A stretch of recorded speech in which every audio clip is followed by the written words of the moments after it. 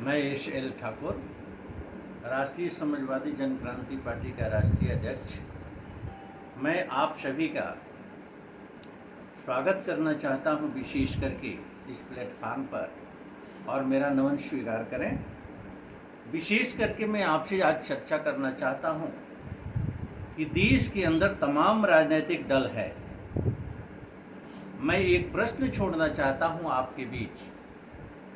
आप चिंतन करें कि देश के अंदर कौन सा ऐसा राजनीतिक दल है जिस दल का कि रियल अगर माना जाए तो व्यक्ति सपोर्ट करे।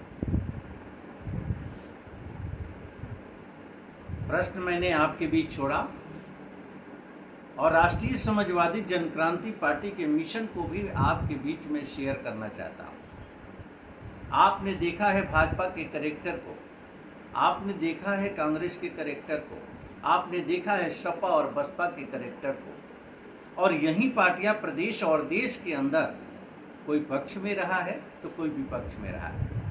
आज 75 साल की आज़ादी के पश्चात मैं आपको प्रेरित करना चाहता हूं कि आत्मसमीक्षा करने की आपको जरूरत है। पहला प्रश्न राष्ट्रीय समाजवादी जन क्रांति पार्टी का है कि कोई भी पॉलिटिकल पार्टी चाहे सत्ता में रही हो चाहे विपक्ष की भूमिका में रही हो, इस प्रश्न का जवाब दे कि प्रकृति द्वारा प्रदत्त रिसोर्सेज पर क्या 1 अरब 35 करोड़ आबादी का अधिकार है या नहीं।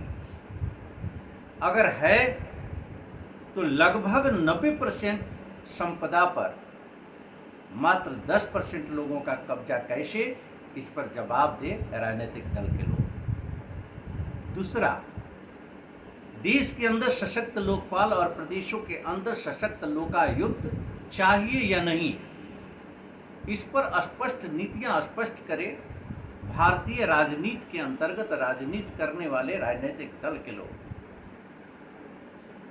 राष्ट्रीय समाजवादी जन क्रांति पार्टी लोकपाल की हिमायती है, चाहती है देश के अंदर लोकपाल हो, प्रदेश के अंदर लोकायुक्त हो।